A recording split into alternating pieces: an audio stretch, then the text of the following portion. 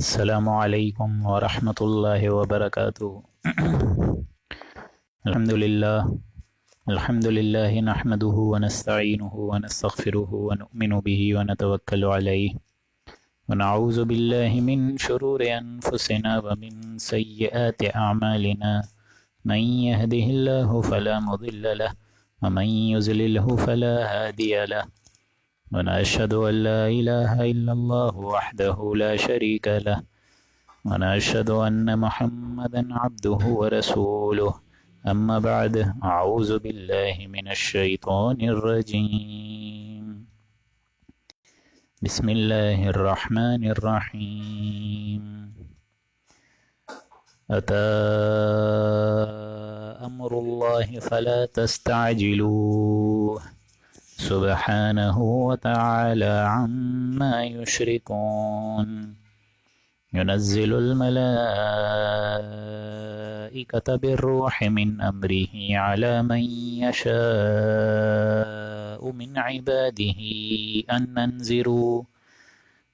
أنذروا أنه لا إله إلا أنا فاتقون خلق السماوات والأرض بالحق تعالى عما يشركون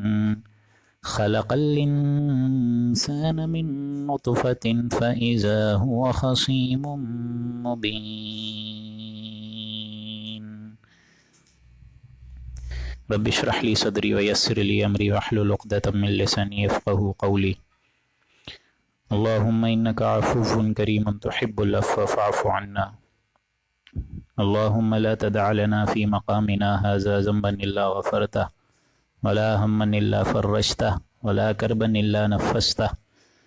ولا ديما إلا قضيته ولا مريضا إلا شفيته ولا ميتا إلا رحمته برحمتك يا عزيز يا غفار آمين يا رب العالمين۔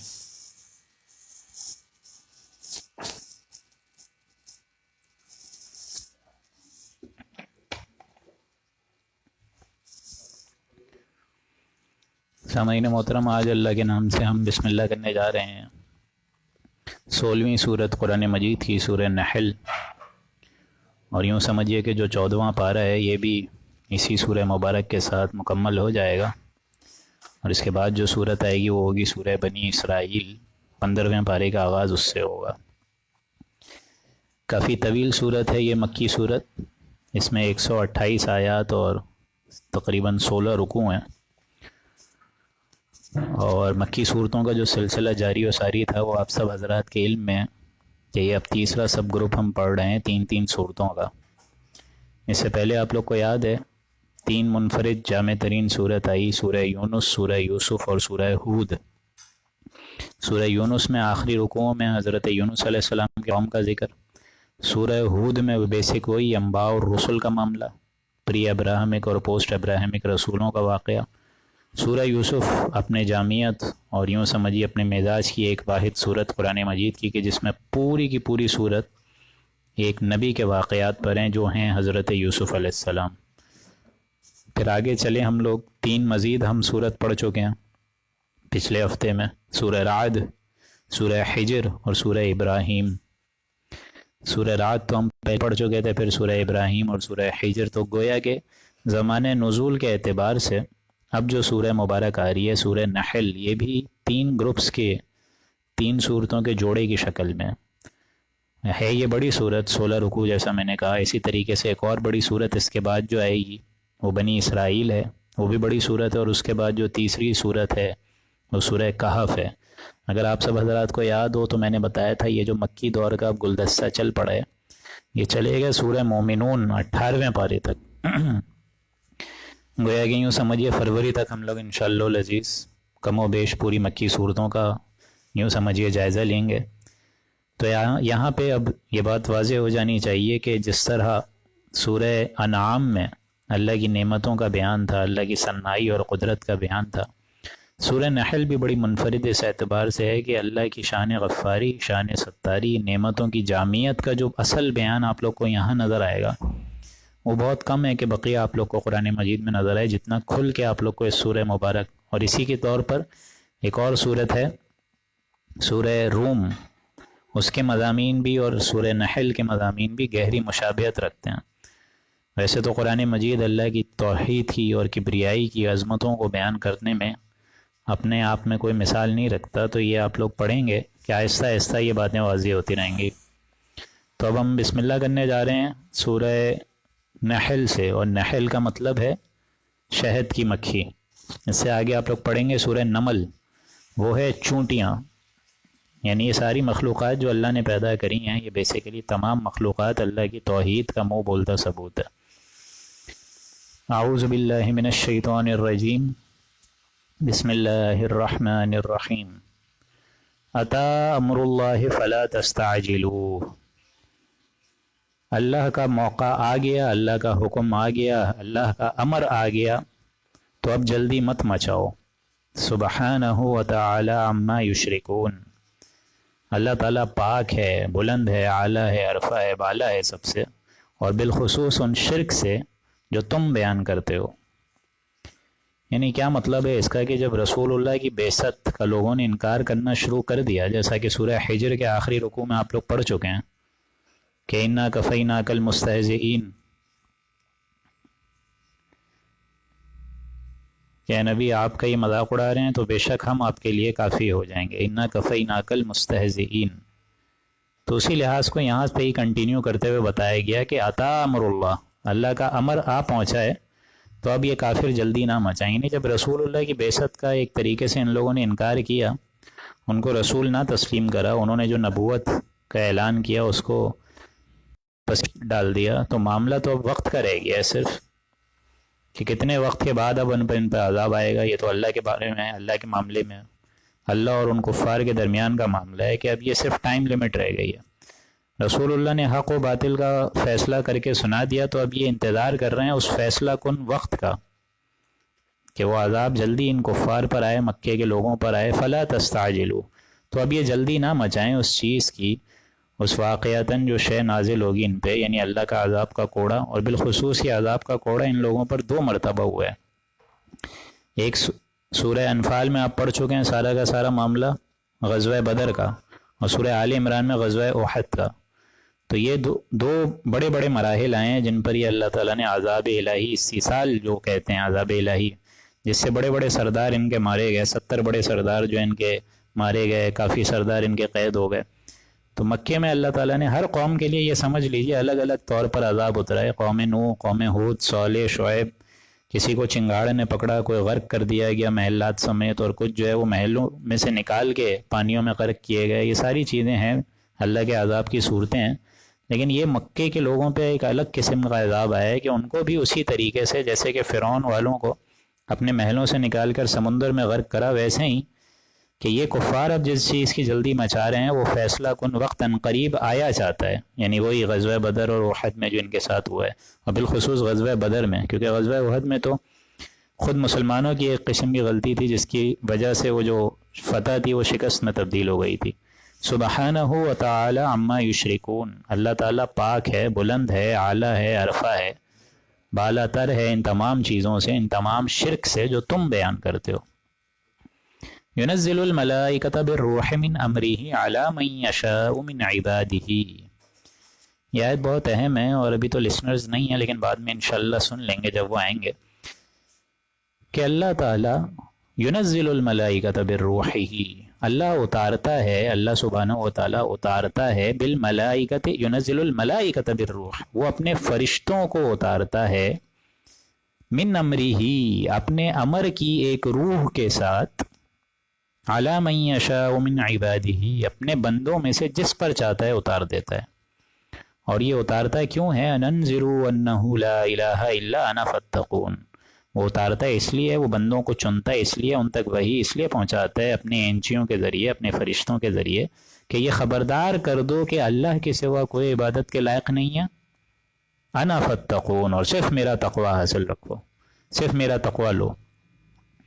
یہ اہم ترین مقام ہے قرآن مجید کا، بالخصوص یہ جو دوسری آیت ابھی ہم نے پڑھی ہے سورہ نحل کی،